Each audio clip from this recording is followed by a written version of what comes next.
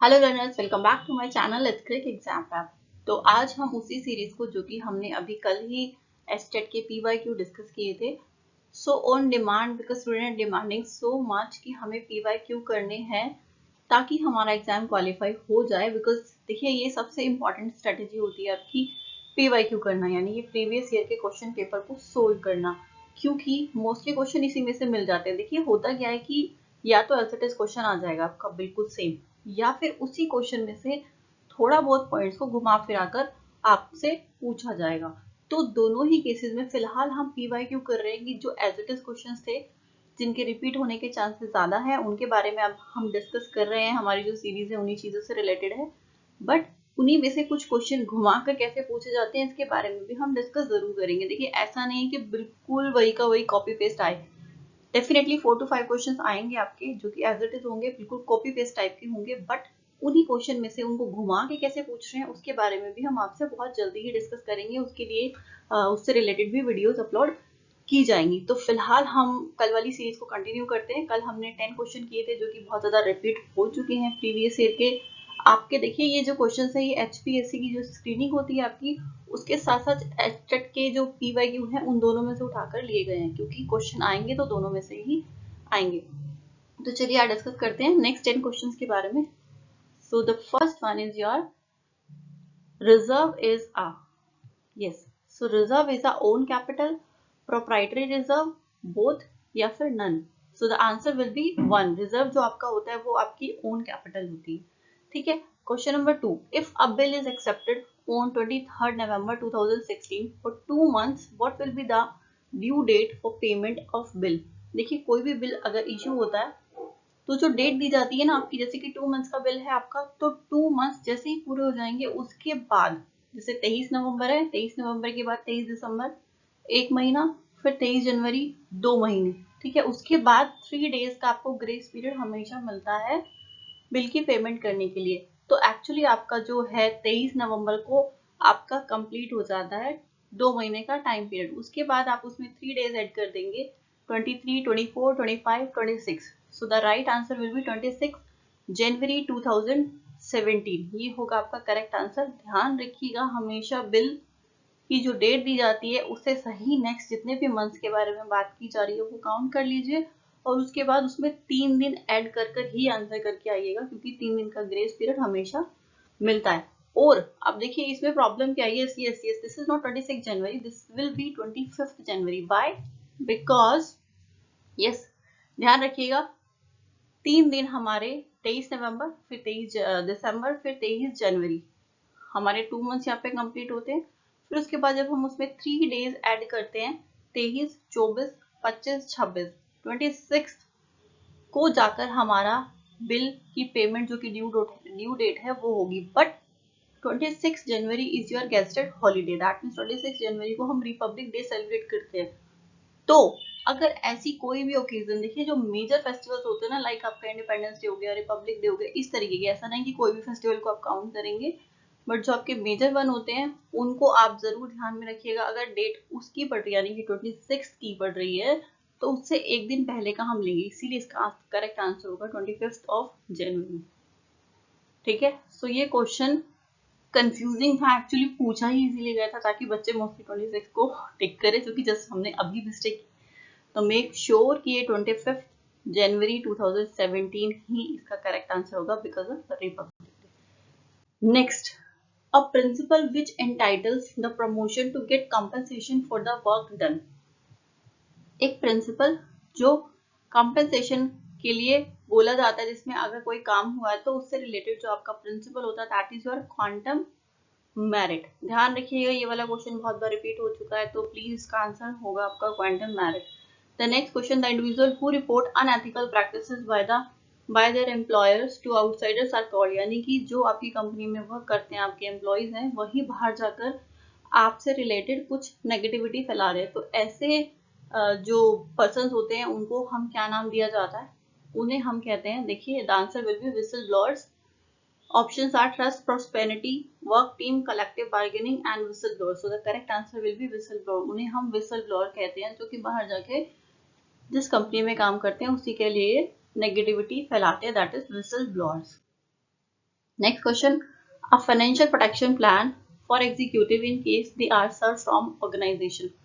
कोई भी ऑर्गेनाइजेशन एक फाइनेंशियल प्रोटेक्शन प्लान प्रोवाइड करती है अपने जो एम्प्लॉयज हैं उनको, उसको हम क्या कहते हैं? Options are downsizing, halo error, halo effect and golden parachute. So the answer will be golden parachute. जो एम्प्लॉय की सेफ्टी के लिए प्रोटेक्शन प्लान्स होते हैं जो कंपनी प्रोवाइड करती है अपने एम्प्लॉयज को, that is your golden parachute. इसके अलावा इसमें देखिए और भी ऑप्शन दे रखा है, that is your hello effect. Hello effect and horn effect ये बहुत ही इंपॉर्टेंट टॉपिक होता है आपका, इसके बारे में जरूर पढ़कर जाइएगा। इससे रिलेटेड वीडियो ऑलरेडी हम अपलोड कर चुके हैं, तो प्लीज आप चाहें तो मैं डिस्क्रिप्शन बॉक्स में इसका लिंक भी शेयर कर दूंगी।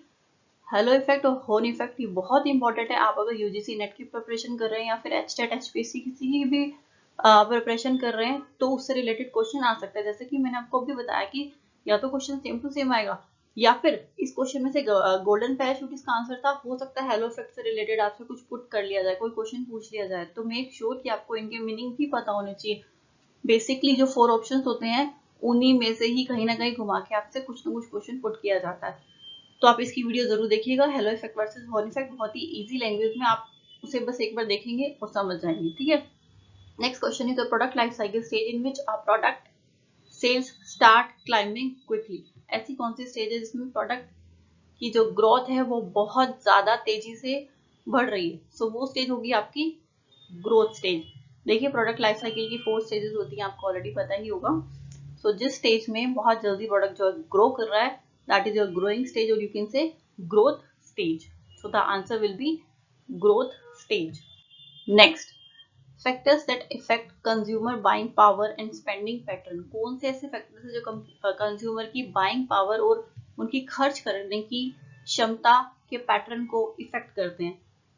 First is your natural environment, technical environment, economic environment and political. देखिए पॉलिटिकल एनवायरनमेंट पॉलिटिकल से रिलेटेड है, नेचुरल आपका प्रकृति से रिलेटेड है, टेक्निकल कोई टेक्निकल इश्यूज होते हैं आपके जो टेक्नोलॉजी है उससे रिलेटेड है, इकोनॉमिक जिसे हम आर्थिक एनवायरनमेंट भी कहते हैं उससे रिलेटेड है। आर्थिक मतलब हम अपनी फाइनेंशियल पोजीशन के बारे में बात कर रहे हैं, तो इसका करेक्ट आंसर होगा जो कि हमारे बाइंग बिहेवियर को भी इफेक्ट करती है। सो इसका करेक्ट आंसर होगा आपका economic environment. This will be your correct answer, option number 3.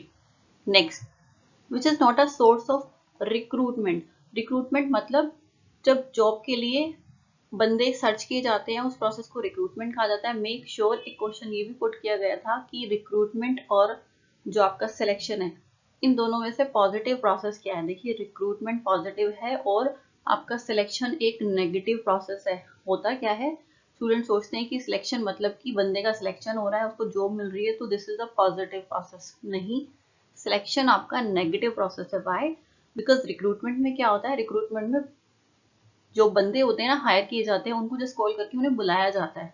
बहुत सारे लोगों को बुलाया जाता है कि सब लोग आ जाओ इंटरव्यूज के लिए, आ जाओ आ जाओ। बहुत सारे लोग होते हैं जो कि आते हैं, यानी कि एक पॉजिटिवली एक बल्क अमाउंट में बहुत सारे लोगों को बुलाया जाता है। बट सिलेक्शन मीन्स छटनी, यानी कि अगर 100 बंदों को बुलाया तो 100 में से छांटना। बाकी बंदों को तो आप मना ही कर रहे हो ना, आपको 2 या 3 चाहिए तो फिर आप 2 या 3 को ही रखोगे, बाकी को मना कर दोगे। तो ये एक नेगेटिव प्रोसेस है कि इतने सारे लोगों में से 2 या 3 को आप चूज कर रहे हो, बाकी को आप कह रहे हो कि नहीं हमें जरूरत नहीं है। सो ये क्वेश्चन भी ऑलरेडी आ चुका है कि रिक्रूटमेंट पॉजिटिव है या फिर सिलेक्शन पॉजिटिव है। तो कंफ्यूज ना हो, selection is a negative process and recruitment is a positive process. So which is not a source of recruitment. Recruitment का सोर्स कौन सा नहीं है? First option is former employ, educational institute, intelligence test और employment exchange. Former employ, education institute और employment exchange, इन सभी से हम जो कि रिक्रूटमेंट प्रोसेस है बंदे हायर करते हैं, चूज करते हैं, उन्हें कॉल करके बुलाते हैं। But intelligence test is a completely different thing, ये एक अलग चीज है जो कि आने के बाद, देखिए कंफ्यूज मत होइएगा, जब हम हायरिंग के लिए कॉल करके इनवाइट करते हैं तो लोग आते हैं, उसके बाद जाके इंटेलिजेंस टेस्ट, एप्टीट्यूड टेस्ट, आपके जो टेस्ट वगैरह होते हैं वो किए जाते हैं, ठीक है, वो बाद का प्रोसेस है। बट इनिशियल प्रोसेस जब हम सर्च करते हैं कि हमें चाहिए, हमें बंदे चाहिए हायरिंग करने के लिए, that is a different thing. उसके बाद वाला प्रोसेस क्या है वो एक अलग बात है। तो ये वाला जो आपका इंटेलिजेंस टेस्ट है ना, ये आपका बाद वाला प्रोसेस है, इनिशियल वाला प्रोसेस नहीं है। बाकी जो 3 ऑप्शंस हैं कि हम इंस्टीट्यूट्स में जाके बंदों को बुलाते हैं हायरिंग के लिए, हम एम्प्लॉयमेंट जो ऑफिसेज होते हैं वहाँ जाके नंबर्स वगैरह सर्च करते हैं, फिर उनको कॉल करके बुलाते हैं, या जो हमारे ऑलरेडी एम्प्लॉयज होते हैं उनसे पूछते हैं कि आपके कोई नॉन है या फिर कोई रेफरेंस है तो आप मुझे बताइए। तो ये वाले जो सारे 3 ऑप्शन है ये दोनों सारे सिमिलर है। इंटेलिजेंस टेस्ट इज द बाद वाला process, so the correct answer will be intelligence test. Next, which is indirect method of recruitment. Recruitment का इनडायरेक्ट मेथड कौन सा? Direct is a different, direct मतलब हम सीधा जाके, जैसे कि कैंपस रिक्रूटमेंट, कैंपस में गए सीधा जाके बच्चों से इंटरव्यूज वगैरह लिए और उनको हायर कर लिया। एम्प्लॉय रेफरल की जो आपके ऑलरेडी वर्क कर रहे हैं आपकी कंपनी में, उन्हीं से कोई रेफरेंस लिया और उनको हायर कर लिया। एम्प्लॉयमेंट एक्सचेंज की हम ऐसे बहुत सारे एम्प्लॉयमेंट कार्यालय होते हैं जहाँ पे जाके हम नंबर्स ले सकते हैं। अगर आप अनएम्प्लॉयड है तो वहां जाकर आप अपना नंबर और पूरी डिटेल रजिस्टर करा सकते हैं, ताकि किसी को जरूरत हो तो वहां से आपका नंबर ले और आपको इन फ्यूचर अगर उन्हें नीड है तो कॉल करके आपको बुलाएं जॉब के लिए। तो ये तीनों जो है ना आपके ये सिमिलर है, यानी कि सीधा गए और आपने वहां जाके कॉन्टेक्ट नंबर लिए और उनको जॉब के लिए बुलाया। But advertisement is indirect method, ये डायरेक्ट मेथड नहीं। एडवर्टीजमेंट क्या होती है? तो सबके लिए होती है ना, कोई भी आ सकता है, जरूर जिसने देख ली वो आ जाएगा। बट यहाँ पे तो हम सीधा जा रहे हैं बंदों को बुलाने के लिए। बट एडवर्टीजमेंट आपका इनडायरेक्ट मेथड ऑफ रिक्रूटमेंट कहलाता है। Next is your, which is the central bank of India. Central bank of India क्या है? आपका आरबीआई ही है। Reserve bank of India is your central bank of India. Don't get confuse, इसमें option दे रखे हैं आपका सेंट्रल कोऑपरेटिव बैंक, नाम आगे सेंट्रल लगाने की वजह से बहुत सारे स्टूडेंट इसी पे टिक कर आते हैं, यही होगा central bank. But make sure जो सेंट्रल बैंक ऑफ इंडिया है वो आपका आरबीआई ही है। ये क्वेश्चन भी ऑलरेडी पुट किया जा चुका है।